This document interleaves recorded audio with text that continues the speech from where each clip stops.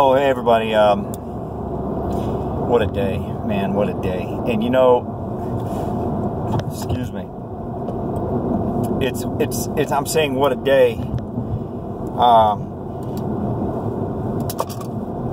Even though I can't really say what happened. I can't even say what makes it what a day. It's just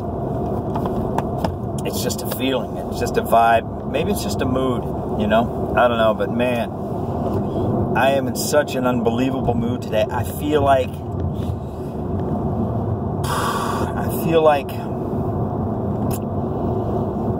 I just feel like I'm so full of enthusiasm and optimism and passion and joy and all kinds of stuff that I just feel like, man, I feel like I can't get any fuller, or I'm just gonna explode. But I mean, explode like in a good way, you know, like a supernova. I feel like I'm about to go supernova, basically.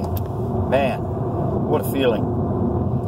But so I'm gonna talk, and I don't even know what I'm gonna talk about. I can't decide what I'm gonna talk about because I have so much to talk about. I don't know what to say, and I'm trying real hard not to ramble. I'm trying hard not to digress because it's painful and uncomfortable to listen to when they're rambling. I understand that, and I don't want to be painful or uncomfortable to listen to. But at the same time, you know, I don't know. I feel like I don't have any choice. I just have to say, oops, took that corner a little too hard. I feel like I just have to say what I have to say and let the chips fall where they may. Let me put this thing down here and see if that's better. This is on the magnetized dash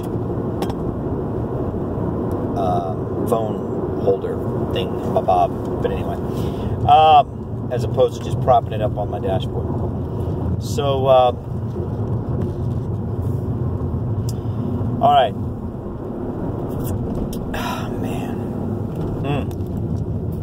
Basically, all of this stuff is inspired by YouTube and the things that I've been learning on YouTube. Just absolute mind-blowing, incomprehensible things that are so wild and so diverse, so as to create a puzzle or to create the impression or the feeling of a jigsaw puzzle with 1,000 missing pieces, or 1,000 missing pieces, but that somehow you just know when it's all done, it's gonna be just amazing. And so you're just passionate about working on it, even if you don't know what it's gonna look like in the end, but you can just tell, somehow you just know. It's like, this is amazing. I have to figure this out. That's kind of what I feel like. So I've been watching this guy. I think his name is Roger. He has a channel called Mudfossil University. Now, the whole concept of a mud fossil, at the most shallow level, you know, like before you dig 2 feet into the subject matter, just on the surface itself, just the concept of a mud fossil in and of itself, by itself, is just absolutely amazing. And there's no other, I mean, there's 1,000 words for it, but I won't become thesaurus man here, because I know I do that sometimes. It's just amazing. I mean, it's amazing. So I'll describe in my own words. Roger may not think I'm going to do a very good job, but you know, in my own words, I'm going to describe what it is. Now, Roger is a industrial chemist, so he claims. I have no reason to doubt it. He's an industrial chemist who builds or designs silicone microchips. So he knows a lot about chemistry, especially with respect to metals. Okay, because in a microchip there's metal involved. There's chemistry, metal, silicone. There's a lot of stuff that I don't know anything about. There's a whole world of unknown knowns there. In other words, there's subject matter there that I don't even know that I don't know. That's how deep and as foreign that's the concept of building a silicone microchip is to me. There's a universe of unknown. I'm sorry, I said unknown knowns. Unknown unknowns. There's a universe of unknown unknowns there for me. But I think I can say with reasonable confidence that I am aware of the fact that it involves a great deal of chemistry involving metal. So, which is pretty interesting. And so his commentary on the world involves those exact subjects. So, what is a mud fossil? Now, according to Roger, in the ocean, in a shipwreck, there is no such thing as a bone. That is because salt water dissolves bones. And he knows the chemistry, I don't. But I think we all know that bones are made up of various minerals, calcium being one of them. And apparently the salt somehow dissolves the bones. I don't know. I can't speak with personal conviction or knowledge about that subject, but that's what he says. However, he does say that conversely, our bodies are like bags of salt water to begin with, okay? In other words, everybody knows that we have electrolytes, we have salts in our body. We're 70% water, and we are contained within a bag of skin. So, therefore, we are a bag of salt water. The various parts of our bodies, the bones, the organs, the muscles, the tendons, the fibers, everything is separated from everything else by a substance that is little discussed, but that is becoming more and more and more widely known every day, even though they've known about it for hundreds of years. And that substance is called fascia. And he talks a lot about fascia. I don't know why, but he does. He talks a lot about it. And somebody very close to me is a massage therapist, and massage therapists talk a lot about fascia. So, very interestingly enough. But, so therefore, that's how you could say, presumably, this is not a direct quote, this is just me thinking, excuse me, that's how you could say that bones in our body are not dissolved by the electrolytes or the salt minerals in our bodies because, you know, they're kept, they're protected by fascia and by other ways, I guess. Plus, they're alive, so maybe that has something to do with it. Bones in the ocean would be dead. You know, just a bone is dead, so maybe that has a lot to do with it as well. But, so, there are no bones in the ocean.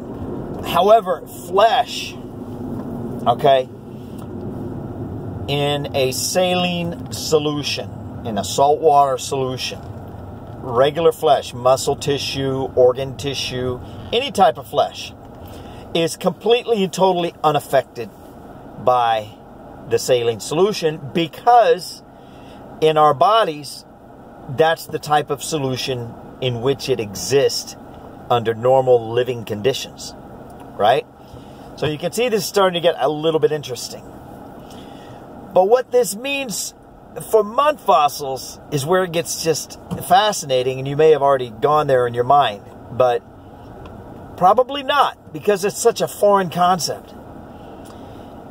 What this means for mud fossils, which is a new term, but according to Roger, various universities and research organizations are starting to admit that these types of fossils exist. See, when we think of fossil, we think of like a femur bone or a neck bone or an arm bone or some type of a skeleton, right? That's what a fossil is to us in our common modern contemporary understanding, right?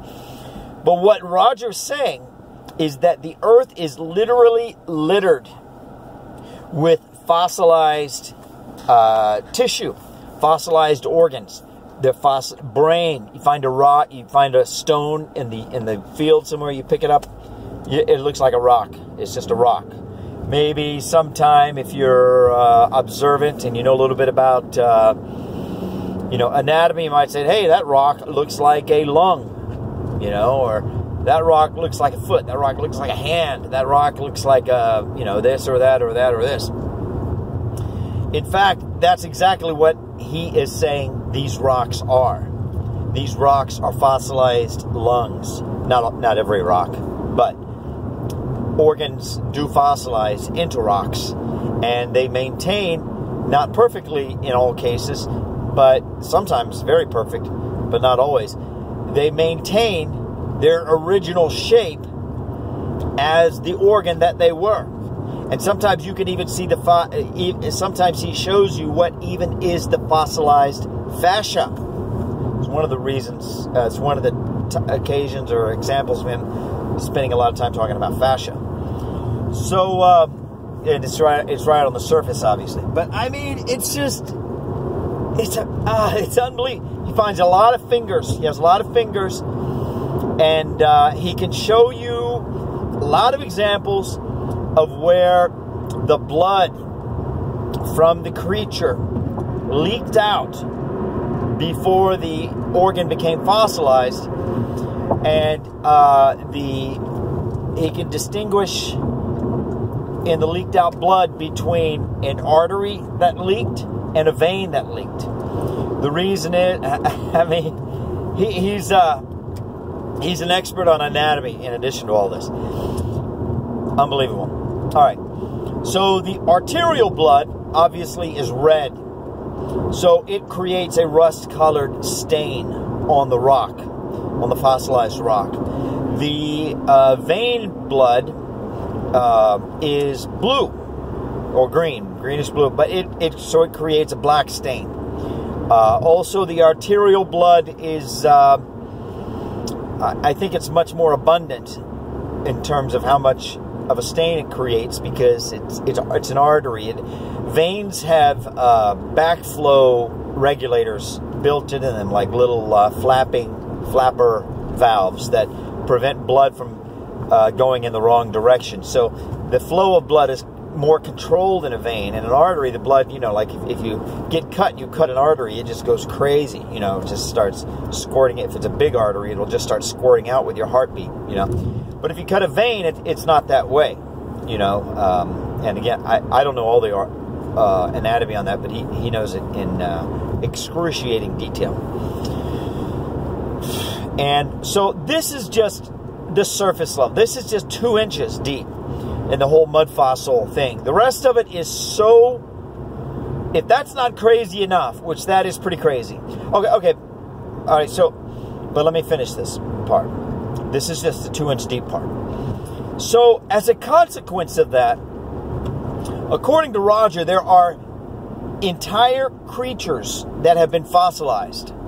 Full flesh. Now, you got to understand that everything that dies doesn't become a fossil, because if it doesn't get covered up quickly, then the scavengers, the bacteria, the crabs, the squirrels, the whatever, they come and they eat it and haul it off, and or it just rots because it's exposed to the elements. It rots, it falls apart, and little animals or whatever type. So it has to be covered quickly. So we're talking about, that's why they're called mud fossils, because they're buried in mud, okay, where the scavengers can't get to them, all right? And it's saline solution, so it's saltwater mud. It's mud made with salt water. That's why they're called mud fossils. So there are entire creatures. He has examples of Egyptian statues that we think are statues, but the elements and certain events or whatever have broken the statue apart, and he can say, he looks at the side, for example, and says, okay, look, you can see the rib structure. Perfect. And you got to remember, this thing is stone. But even in the stone, you can see it's not all, but you can see some of the internal anatomical structure of this person. that we think is a statue, but it's really a person. And you can see the little thin layer of, you know, what do you call it stuff? You put stucco, or, you know, like the person died and they mummified the body and they covered the body in some type of ceremonial, you know, thin layer of, it's not stucco, but it's, you know, some type of thing, some type of a cover, some embalming cast, basically, to preserve the body on the inside, you know, and to keep it looking like perfect on the outside, right? So, and you can see the distinction between this cover of the cast and the ornateness of the outside, and then you can see the internal anatomical structures of this. I'm saying person, but the more accurate term is creature, because it's not a person. Okay, I mean, people are not 30 feet tall, and this is where this stuff gets crazy. This is like beyond 2 inches. All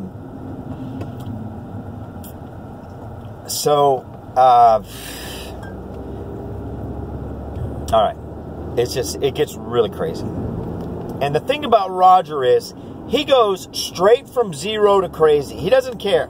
He doesn't try to prepare anybody. He doesn't try to coddle you or treat you like a baby or say you can't handle this. No, he just goes zero to crazy. Okay, and he doesn't care, because he just says what he sees. I'm not saying what he's saying is correct. I don't know. I'm just saying it's very well substantiated, what he's saying. Like, excruciatingly well substantiated. But it's so wild that no matter how much of a conspiracy theorist, no matter how open-minded you are, no matter how this or how that or how that or how this you are, you're still sitting there saying, there is no way. There's just no way. And I haven't said anything so far about this mud fossil that I believe should lead anybody to say there's no way. I mean, everything I've said so far has been very milquetoast. I mean, shocking, yes. Odd, yes. Groundbreaking, yes. Paradigm crushing, yes. But nothing, you know, like that in reasonable terms, I don't believe should inspire anybody to say there is no way. That's ridiculous. Everything I've said so far has been milquetoast. So he has giant collection of rocks that are like, for example, lungs, feet. He has a lot of feet, and the reason he says he has a lot of feet is because, according to him, you know, there's so many things that have become fossilized in this way, and that is to say, by being buried in mud because of the Noahic flood, right? Or some giant flood, you know. But you know, he's a scripture guy, but and this is very extraordinarily important, he is a all-inclusive ancient script kind of guy. Okay, so a lot of the ancient Greek philosophers and historians, I can't remember all of them. He quotes a lot of them. I think he quotes Plato a lot. What's that famous Homer, Iliad? I think he quotes Homer a lot.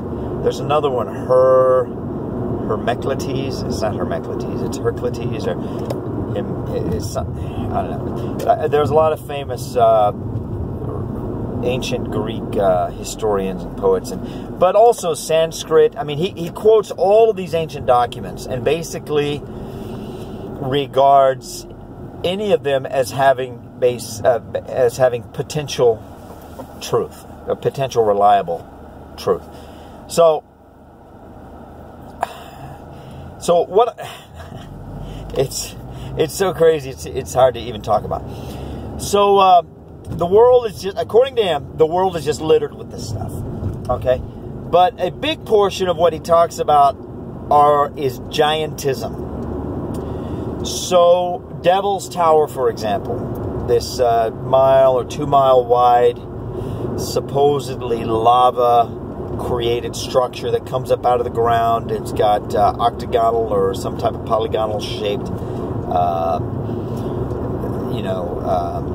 pieces of it that all fit together to create this giant mountain with a flat top, a perfectly flat top. And these, I forget what they're called. Are they called mesas? Apparently, these mesas are all over the world. Hawaii, Italy, the Middle East, India. I mean, everywhere. Not everywhere. But, I mean, they're all over they're not just in Arizona or Nevada, wherever that is, out west. They're in every part of the world. According to him, these are tree trunks. And he doesn't just say this is a tree trunk. No, I'm sorry. I take that back. Half of the internet says they're tree trunks. This guy says, this is where it just gets crazy here. So now we're going from 0 to crazy. All right, this is where it gets crazy. He says that these are the ankles of giants. That's what he says. So, my personal opinion, he goes off the deep end in this regard.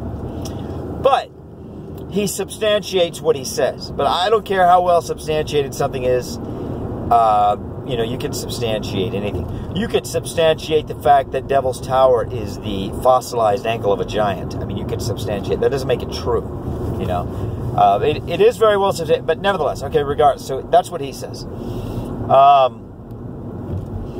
But all over the world, there's just there's fossilized eyeballs that are, according to him, fossilized eyeballs that are bigger than a person.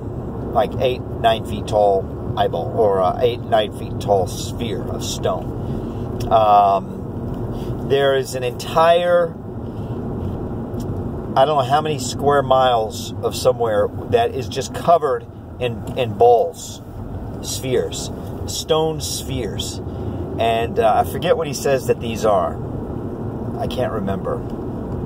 But I think he gets into tendons a lot, and how the tendon in your body is extraordinarily strong, like unbelievably strong, and it's also largely comprised of minerals, and that's one of the reasons it takes forever to grow back. If you ever injure a tendon, it's very difficult to heal because it's so mineral dense. And we just don't have that much. We don't have that much, surplus mineral just sitting around in our body, doing nothing that can be reallocated to rebuild a torn or shattered tendon. So, anyway, that was me ad-libbing some there, but my impression is that's the general gist of what he says about tendons. So. Anyway, it gets crazy, and I kind of went from 0 to crazy, and it is crazy. But the really super crazy thing is, and you could check this out for yourself. It's pretty easy. According to him, there is a 985-mile dragon carcass. 985 or 900 and some odd miles. I think he said 985. 985-mile dragon carcass stretched out across the Sahara Desert, I think up near Ethiopia, stretching across Libya. I mean, it goes way over there. So just go to Google Earth, check it out for yourself. The 985-mile dragon is accompanied by a 600-mile long fish. Now, the first time you look at it, you're going to be like, what the heck am I looking at? This is crazy. But I promise you, if you look at it enough times, like I have, you can look at it and instantly know exactly what you're looking at. And you will see something that is undeniably similar, and similar is not really a strong enough word, but that is undeniably representative of a dragon carcass, especially the head.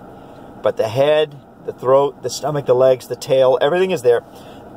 And like I said, it's 985 miles long, stretched out across the northern continent of Africa. And it is spitting on or vomiting on or attacking this giant fish, both of which are dead.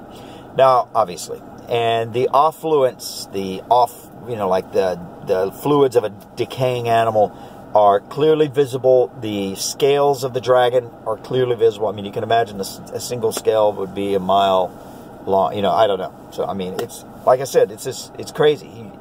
He goes from zero to crazy like instantly. He talks about this crazy dragon almost every video. But like I said, you look at it enough times. At first, you won't have any idea what you're looking at because your mind won't be able to process the degree of crazy that it is. It's just you can't process something like that. Just sitting down in one session and thinking about it. Like, you can't. It's too foreign. It's like trying to learn Chinese in one sitting. No, it's just too foreign.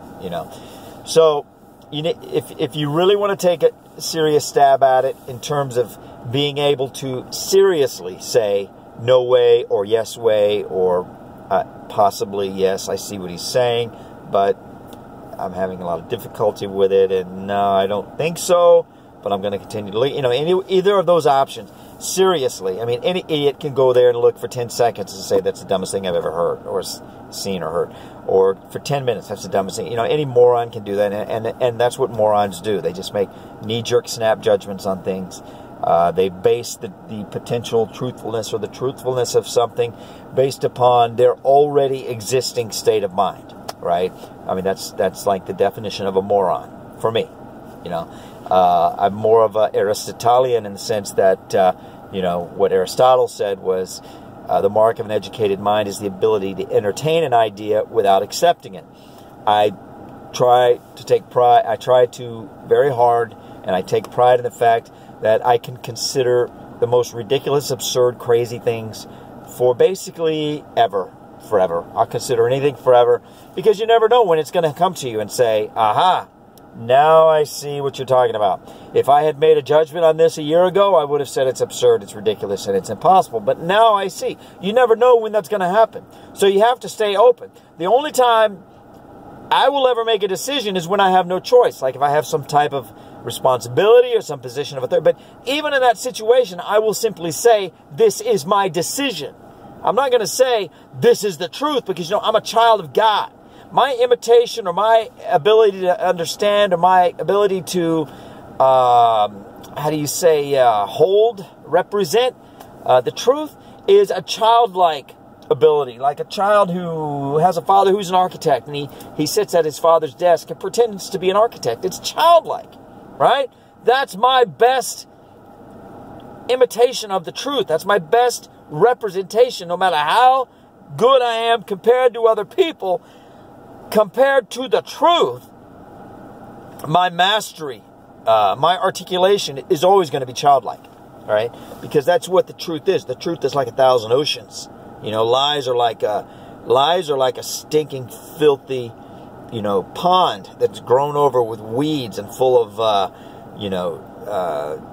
snakes and worthless creatures or creatures that have no apparent worth, So that's what a lie is. A lie, and the truth is like 1,000 amazing, mysterious, deep, living, pure, clean, amazing, powerful ocean, So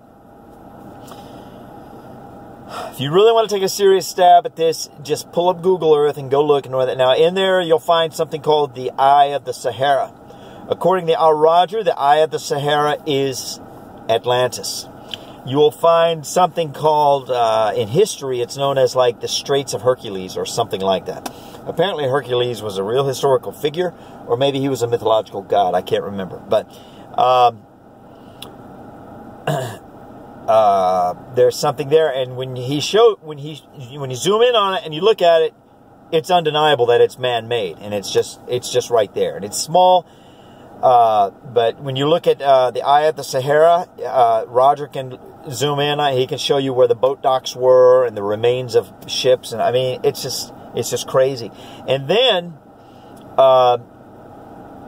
he talks about and shows evidence of how the Sahara became the Sahara, and it is when a sea